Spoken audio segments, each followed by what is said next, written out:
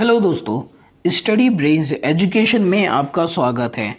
Indian polity by M Laxmikanth की एक और वीडियो सीरीज को चलिए शुरू करते हैं।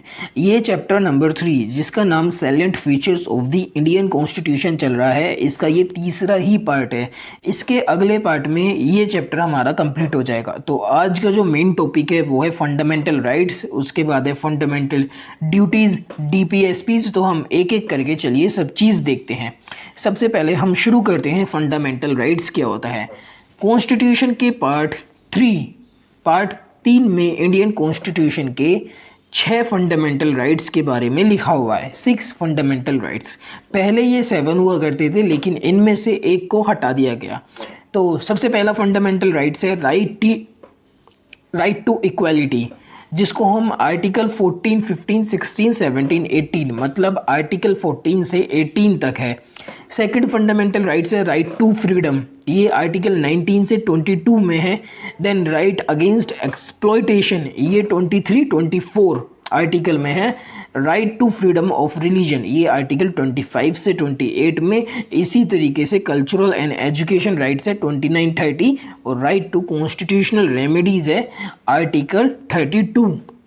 अब ये एक एक आर्टिकल में क्या क्या चीज़ें कही गई हैं और कौन कौन से फंडामेंटल्स में जितने भी आर्टिकल हैं वो आर्टिकल क्या क्या बातें करते हैं, क्या क्या फंडामेंटल राइट हैं, वो एक्चुअली ये हम इसके बाद के चैप्टर जो फंडामेंटल राइट है ना उसमें एक एक आर्टिकल को हम अच्छे से डिस्कस करेंगे। फिलहाल इस चैप्टर के प्रोस्पेक्टिव से सिर्फ इतना ही है कि हम जानते हैं कितने फंडामेंटल राइट्स होते हैं।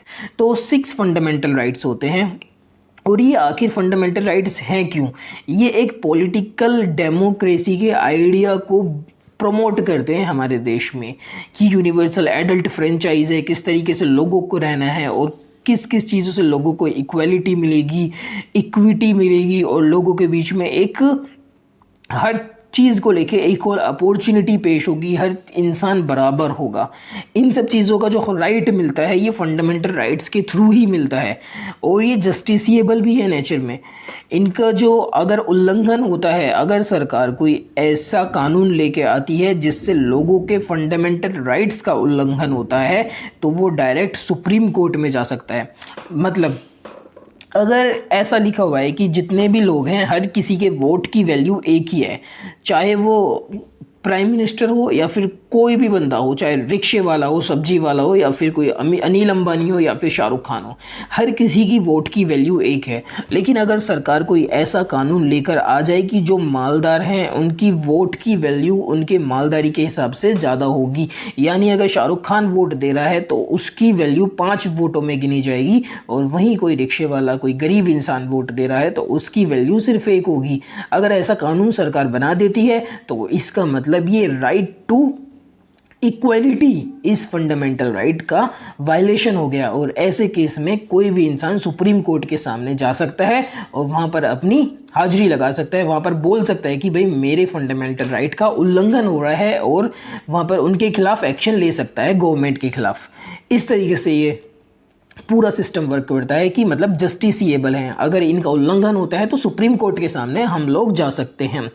सुप्रीम कोर्ट क्या करेगी? सुप्रीम कोर्ट इन सब केसेस में, मतलब अगर फंडामेंटल राइट्स का उल्लंघन होता है और कोई ऐसा मैटर सुप्रीम कोर्ट के सामने आता है तो रिट्स होती हैं, उनको वो इशू करेगी। अब ये रिट्स क्या होती हैं ये हम फंडामेंटल राइट्स वाले चैप्टर में एक एक करके अच्छे से समझेंगे। रिट्स 5 होती हैं: हैबेस कॉर्पस, मैंडेमस, प्रोहिबिशन, कार्टिएटोरेरी और को वारंटो। ये 5 किस्म की रिट्स पाई जाती हैं।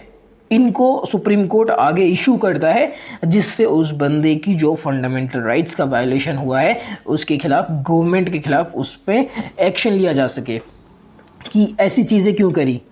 इसके बाद जो राइट टू प्रॉपर्टी था उसको डिलीट कर दिया गया था फंडामेंटल राइट की लिस्ट में से, अब उसको लीगल राइट बना दिया, क्योंकि अब गवर्नमेंट अगर राइट टू प्रॉपर्टी रखेगी तो ऐसे भी जाने कितने लोग हैं जिनके पास रहने के लिए प्रॉपर्टी नहीं है, घर नहीं है। लेकिन अगर ये फंडामेंटल राइट अब तक होता तो ये गवर्नमेंट की जिम्मेदारी होती कि हर किसी के लिए घर देना। मतलब फिर क्या होता है कि अगर किसी के पास घर नहीं है तो वो डायरेक्ट सुप्रीम कोर्ट में जा सकता था कि गवर्नमेंट ने मुझे घर नहीं दिया। हालांकि अब ये लीगल राइट है, गवर्नमेंट ऐसे बहुत सारी पॉलिसीज़ बनाती है जिसमें जो राइट टू प्रॉपर्टी को फॉलो करती है, घर बनाती है, उसको चीप रेट में या फिर फ्री में भी गरीबों को देती है। लेकिन हाँ, इसको फंडामेंटल राइट की लिस्ट में से इसलिए निकाला क्योंकि घर ना देने की वजह से गवर्नमेंट के खिलाफ कोई एक्शन ना लिए जाए, इस वजह से इसको फंडामेंटल राइट की लिस्ट में से निकाल दिया गया। इसके बाद हम आगे देखते हैं। फंडामेंटल राइट्स को है ना गवर्नमेंट एक कॉन्स्टिट्यूशनल अमेंडमेंट एक्ट के थ्रू करटेल कर सकती है, उसको अमेंड करती है, ख़त्म कर सकती है, फिर नया फंडामेंटल राइट बना सकती है। और ये इमरजेंसी के टाइम पे, जब इमरजेंसी लगी थी ना 75-77 में, 1975 और 1977 में, तब ऐसी सिचुएशन में फंडामेंटल राइट्स को हटा दिया जाएगा, कोई दिक्कत नहीं है। लेकिन आर्टिकल 20 और आर्टिकल 21 जिनका मतलब है राइट टू लाइफ, जीने का अधिकार, उनको ख़त्म नहीं कर सकती। अगर आर्टिकल 21 और आर्टिकल 20 भी ख़त्म कर दिया तो पब्लिक को तो जीने का अधिकार ही नहीं है कि कोई किसी को भी मारे तो फिर उसके खिलाफ एक्शन लिया ही नहीं जा सकता। तो ये दोनों फंडामेंटल राइट्स वो हैं जिनको कभी भी हटाया नहीं जा सकता, इन केस ऑफ इमरजेंसी भी नहीं हटाया जा सकता। इसलिए ये क्वेश्चंस में काफ़ी बार पूछे जाते हैं। Directive principles of state policy, ये क्या होता है? ये कुछ ऐसे रूल्स हैं, कोई ऐसे विचार हैं जो कॉन्स्टिट्यूशन में लिखे गए हैं आगे की गवर्नमेंट के लिए। मतलब जो भी सरकार बनेगी और वो यहाँ आने के बाद नियम बनाएगी तो इन कुछ गाइडलाइंस को फॉलो करके नियम बनाए जिसकी वजह से वो एक अच्छा एनहेंस्ड लॉ बना सके। एक तरीके से गाइडलाइन दे रखी है कि हम आपको एक लिस्ट दे देते हैं जिसको फॉलो करके अगर आप नियम बनाते हो तो वो हमारे देश की जनता के लिए बहुत ज़्यादा अच्छा हो सकता है। हालांकि ऐसी गाइडलाइन को फॉलो करके नियम बनते भी हैं और नहीं भी बनते। बिल्कुल ऐसा नहीं है कि इनको ही फॉलो करेंगे क्योंकि ये जस्टिसिएबल नहीं है। अगर हाँ इनको फॉलो किए बगैर कोई नियम बनाती है सरकार तो उसके खिलाफ गवर्नमेंट के खिलाफ सुप्रीम कोर्ट में किसी भी किस्म की सुनवाई नहीं हो सकती क्योंकि ये नेचर में नॉन जस्टिसिएबल हैं। इनका जस्टिसिएबल नेचर नहीं है जैसे कि हमने फंडामेंटल राइट्स का देखा था। तो इस वजह से इनको फॉलो करती भी है, नहीं भी करती है। डॉक्टर BR अम्बेडकर ने इनको बोला था novel feature of the constitution.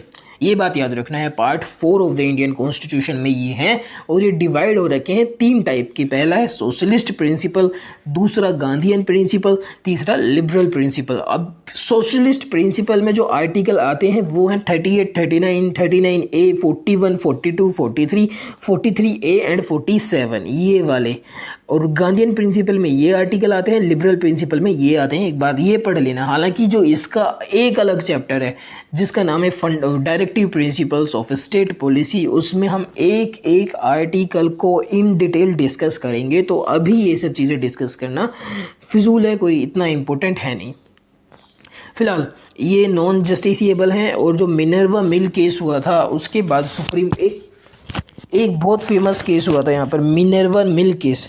उसके बाद सुप्रीम कोर्ट ने ये बोल दिया था कि इंडियन कॉन्स्टिट्यूशन जो है ये बना है बेड रॉक पर, बैलेंस हो रखा है फंडामेंटल राइट और DPSPs के बीच में।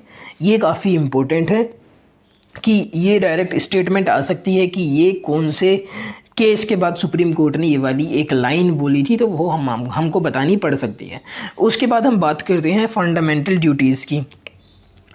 जो ओरिजिनल कॉन्स्टिट्यूशन था उसमें फंडामेंटल ड्यूटीज़ का कोई भी कॉन्सेप्ट नहीं था। इनको बाद में ऐड किया गया जब इंटरनल इमरजेंसी लगी थी हमारे देश में 1975 और 1977 में। उसके बाद एक कॉन्स्टिट्यूशनल अमेंडमेंट हुआ था जिसको बोलते हैं 42nd कॉन्स्टिट्यूशनल अमेंडमेंट एक्ट, जो 1976 में हुआ था। उसमें एक कमेटी बनाई गई थी जिस कमेटी का नाम था श्रवण सिंह कमेटी। उस कमेटी ने जब रिसर्च वगैरह करी, देन उसने जब अपना एक रिपोर्ट सामने रखी तो उन्होंने बोला था फंडामेंटल ड्यूटीज़ को हमारे देश के कॉन्स्टिट्यूशन में ऐड करना। तो 42nd कॉन्स्टिट्यूशनल अमेंडमेंट 1976 के तहत हमारे देश के संविधान में फंडामेंटल ड्यूटीज़ को ऐड कर दिया गया था। और उसके बाद 86 कॉन्स्टिट्यूशनल अमेंडमेंट एक्ट हुआ था 2002 में, उसमें एक और फंडामेंटल ड्यूटी ऐड करी गई बाद में। जो पार्ट 4 है हमारे देश के संविधान का, उसमें सिर्फ एक ही आर्टिकल है, पार्ट 4A के अंदर एक ही आर्टिकल है जिसका नाम है आर्टिकल 51A। ये 11 फंडामेंटल ड्यूटीज़ के बारे में जिक्र करती है, जो कि कुछ ये हैं। अभी मैं पहले आपको फंडामेंटल ड्यूटीज़ दिखा देता हूँ। ये हैं फंडामेंटल ड्यूटीज़ जो इस तरफ लिख रही हैं। हमारे देश का जो नेशनल फ्लैग है, नेशनल एंथम है, उसको फॉलो करना, उसको अपनाना, और जो फ्रीडम स्ट्रगल हुआ था हमारे देश को आज़ादी मिलने के लिए, उस सब चीज़ों की सराहना करना, यूनिटी को मेंटेन करना, इंटीग्रिटी को मेंटेन करना, सोवरेनिटी को मेंटेन करना हमारे देश की, और जो नेशन सर्विस हैं उनमें अपना योगदान देना, भाईचारे को बढ़ाना, एक जो होते हैं ना प्यार मोहब्बत को हमारे देश में बढ़ाना, और जो कल्चर हैं, जो मॉन्यूमेंट्स हैं, इन सब चीज़ों को प्रोटेक्ट करना, इन्वायरमेंट को प्रोटेक्ट करना, ह्यूमनिज्म को बढ़ावा देना, और जो पब्लिक प्रॉपर्टी है उसको बचा के रखना। ऐसे नहीं कि पब्लिक मेट्रो स्टेशन है, पब्लिक रेलवे स्टेशन है, उस पर जाकर हम तोड़ फोड़ कर रहे हैं, तो भाई वो गलत है। ये सब चीज़ें कुछ थी जो फंडामेंटल ड्यूटीज़ में लिखी गई हैं। बेसिकली ये ड्यूटीज़ क्या होती हैं, ये एक तरीके से जितने भी लोग भारत में रहते हैं उन सबको ये सब चीज़ें फॉलो करनी ज़रूरी हैं। हालांकि ये भी नॉन जस्टिसिएबल हैं, अगर कोई इनको फॉलो नहीं कर रहा तो उसके खिलाफ ऐसा कोई एक्शन नहीं लिया जा सकता कि भाई ये चीज़ ये फॉलो नहीं कर रहा, तो उसके खिलाफ सुप्रीम कोर्ट में जाकर या फिर कोई भी ऐसा एक्शन नहीं लिया जा सकता। हाँ, कोई अगर ये कर रहा है कि डायरेक्ट पब्लिक प्रॉपर्टी को तोड़ फोड़ कर रहा है, मोन्यूमेंट के ऊपर कुछ लिख रहा है, वहाँ पर स्पिट कर रहा है, कुछ ऐसी हरकतें कर रहा है, अगर वो पकड़ में आते हैं तो उसके खिलाफ फ़ाइन लगेंगे, चार्जेस लगेंगे, ये सब चीज़ें जो भी उस मोन्यूमेंट के हिसाब से होगा वो सब चीज़ें उस पर लगेंगी। लेकिन ऐसा कोई नॉन जस्टिसिएबल ही है, मतलब जस्टिसिएबल नहीं है, मतलब हर किसी को फॉलो करना है, ऐसा कोई बिल्कुल इम्पोर्टेंट काम नहीं है। मतलब यही है बस इसके बारे में, इतना ही। उसके बाद हम बातें करते हैं सेक्युलर स्टेट की। जो हमारा इंडिया का कॉन्स्टिट्यूशन है वो एक सेक्युलर स्टेट है। सेक्युलर स्टेट का मतलब है कि ये कोई भी एक रिलीजन को अपना ऑफिशियल रिलीजन नहीं डिक्लेयर कर सकता। इसका मतलब है सेक्युलर होना। ये नहीं कह सकते कि ये एक पार्टिकुलर रिलीजन है जो हमारे देश को रिप्रेजेंट करता है, हमारे देश का रिलीजन है। ऐसा एक देश, ऐसा कोई भी देश जो कि सेक्युलर है वो नहीं कर सकता। बहुत से ऐसे देश हैं जो इस्लामिक देश हैं जिनको वो मान्यता प्राप्त हो चुकी है, लेकिन अब उन देशों को हम सेक्युलर नहीं कह सकते क्योंकि उन्होंने एक रिलीजन को बढ़ावा दे रखा है। हालांकि जो वर्ड है सेक्युलर वो हमारे देश के संविधान में ऐड नहीं हो रखा था, कहीं भी नहीं लिखा हुआ था। इसको इन्होंने प्रियम्बल में बाद में जोड़ा है article 42 of the Indian constitution 1976 के तहत। आर्टिकल 42 जो 1976 में था, जिसको 42nd अमेंडमेंट एक्ट जो था 1976 में, इसको मिनी पार्लियामेंट, मिनी कॉन्स्टिट्यूशन भी कहा जाता है क्योंकि इसमें इतनी सारी चीज़ें चेंज हुई थी इस वजह से। बाकी ये जो आया था ये इमरजेंसी के टाइम पे आया था, तो इसमें इस चीज़ को लेके भी काफ़ी लफड़ा हुआ था कि ये सेक्युलर वर्ड जोड़ क्यों रहे हो, जबकि हमारा देश तो सेक्युलर है ही ना, तो फिर ये वर्ड को जोड़ने का मतलब क्या है। हालांकि फिर भी ये चीज़ बाद में ऐड कर दी गई। ये बोलता है सेक्युलर स्टेट के बाद कुछ और पॉइंट्स जो हैं जो ऐड हुए, जैसे कि the preamble secures to all citizen of India liberty of belief, faith and worship. मतलब जितने भी सिटीजन हैं उनके पास आज़ादी है किसी भी अपने रिलीजन पे, किसी भी चीज़ पे बिलीव करने का, फेथ करने का, और किसी भी रिलीजन को फॉलो करने का, पूजा पाठ करने का, नमाज पढ़ने का उनको पूरा अधिकार है, वो किसी को भी कर सकते हैं। हालांकि कोई ऐसी चीज़ नहीं कर सकते जिससे किसी दूसरे इंसान को तकलीफ हो या फिर फिजिकली या फिर किसी भी तरीके का डैमेज हो। The state shall not deny to any person equality before the law और equal protection of the law. Article 14 कहता है कि स्टेट किसी के लिए इक्वलिटी बिफोर द लॉ, मतलब ऐसे लॉ जिसमें किसी की इक्वलिटी को नुकसान ना पहुंचे। वो ये नहीं कह सकता कि भाई ये एक ऐसा रिलीजन है इसमें हम लोगों को ये देंगे बल्कि इस रिलीजन वालों को नहीं देंगे। मतलब कोई एक रिलीजन ए है, वो ये नहीं कह सकता हम रिलीजन ए को ये फैसिलिटीज़ देंगे और रिलीजन बी को नहीं देंगे और रिलीजन सी को कुछ और फैसिलिटीज़ देंगे, इस तरीके से नहीं हो सकता। जितने भी लोग हैं हर किसी के लिए हर कानून हर चीज़ बिल्कुल बराबर होगी, इक्वलिटी होगी हर किसी चीज़ में, किसी भी किस्म का डिस्क्रिमिनेशन नहीं हो सकता। No discrimination. डिस्क्रिमिनेशन का जो हिंदी में मतलब होता है उसको बोलते हैं हम भेदभाव। किसी भी चीज़ में भेदभाव नहीं कर सकते लोगों के बीच में उनके रिलीजन की वजह से। ये आर्टिकल 15 कहता है कि इस रिलीजन ए को हम ये चीज़ देंगे, इस रिलीजन बी को हम ये चीज़ नहीं देंगे। इस तरीके का कोई भी भेदभाव नहीं होना चाहिए according to article 15 of the Indian constitution. Equality of opportunity for all citizens in matter of public employment article 16। Article 16 क्या कहता है? हर किसी को अपॉर्चुनिटी मिलनी चाहिए, हर सिटीज़न को एकदम बराबर बराबर। जो गवर्नमेंट जॉब्स निकलती हैं उसमें हर किसी के लिए वो इक्वली अपॉर्चुनिटी हो। ये नहीं कि गवर्नमेंट जॉब निकली और वो किसी एक तबके के लिए है, मतलब किसी एक रिलीजन के लिए, किसी एक कास्ट के लिए है, उसमें कोई भी अप्लाई कर सकता है, तभी ये एक हमारा देश सेक्युलर कहलाएगा। ये आर्टिकल 16 कहता है। अब आर्टिकल 25 की बातें करते हैं। All persons are equally entitled to freedom of conscience and right to freely profess practice and propagate any religion. किसी भी इंसान को एकदम आज़ादी होती है कि वो किसी भी रिलीजन को प्रैक्टिस कर सकता है, प्रोपोगेट कर सकता है और किसी भी रिलीजन में जा सकता है। ये हमारा आर्टिकल 25 कहता है। और उसके बाद आर्टिकल 26 की बातें हम करते हैं। Every religion denomination of any of it's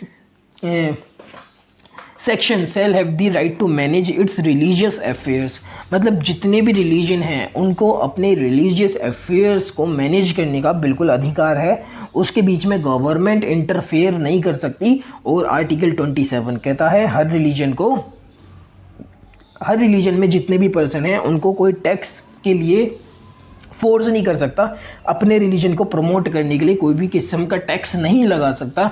और आर्टिकल 28 कहता है कि no religious instructions shall be provided in any educational institute. मतलब जो गवर्नमेंट के एजुकेशनल इंस्टीट्यूट हैं, स्कूल्स हैं गवर्नमेंट के, उसमें किसी भी किस्म का रिलीजियस चीज़ों को प्रमोट नहीं कर सकते। समझे? इस तरीके की बातें कौन कहता है? इस तरीके की बातें कहता है आर्टिकल 28। अब आर्टिकल 29 की बातें करते हैं। Any section of the citizen have the right to conserve its distinct language.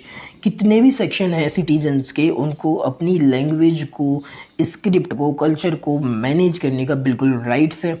और आर्टिकल 30 कहता है all minorities have the right to establish and administer education institute of their choices. Article 30 कहता है all minorities have the right to establish and administer educational institutions of their choices. मतलब जो minorities हैं उनको अपने educational institution को establish करने का बिल्कुल अधिकार है। और आर्टिकल 44 कहता है यूनिफॉर्म सिविल कोड। मतलब जितने भी रिलीजन हैं उनको शादी करने के लिए रूल्स और डाइवोर्स के लिए रूल्स, और ये जो रूल्स हैं हर किसी के लिए एक जैसे होने चाहिए। हालांकि ये अभी यूनिफॉर्म सिविल कोड सिर्फ गोवा में लगाया है और कहीं पे अभी ये नहीं फॉलो होता। तो फिलहाल इतना ही। देन उसके बाद ये वीडियो कंप्लीट होती है। आगे हम पढ़ेंगे अगली वीडियो में यूनिवर्सल एडल्ट फ्रेंचाइज। चैनल को सब्सक्राइब करें। अगर आपने यहाँ तक वीडियो देखी है तो थैंक यू सो मच।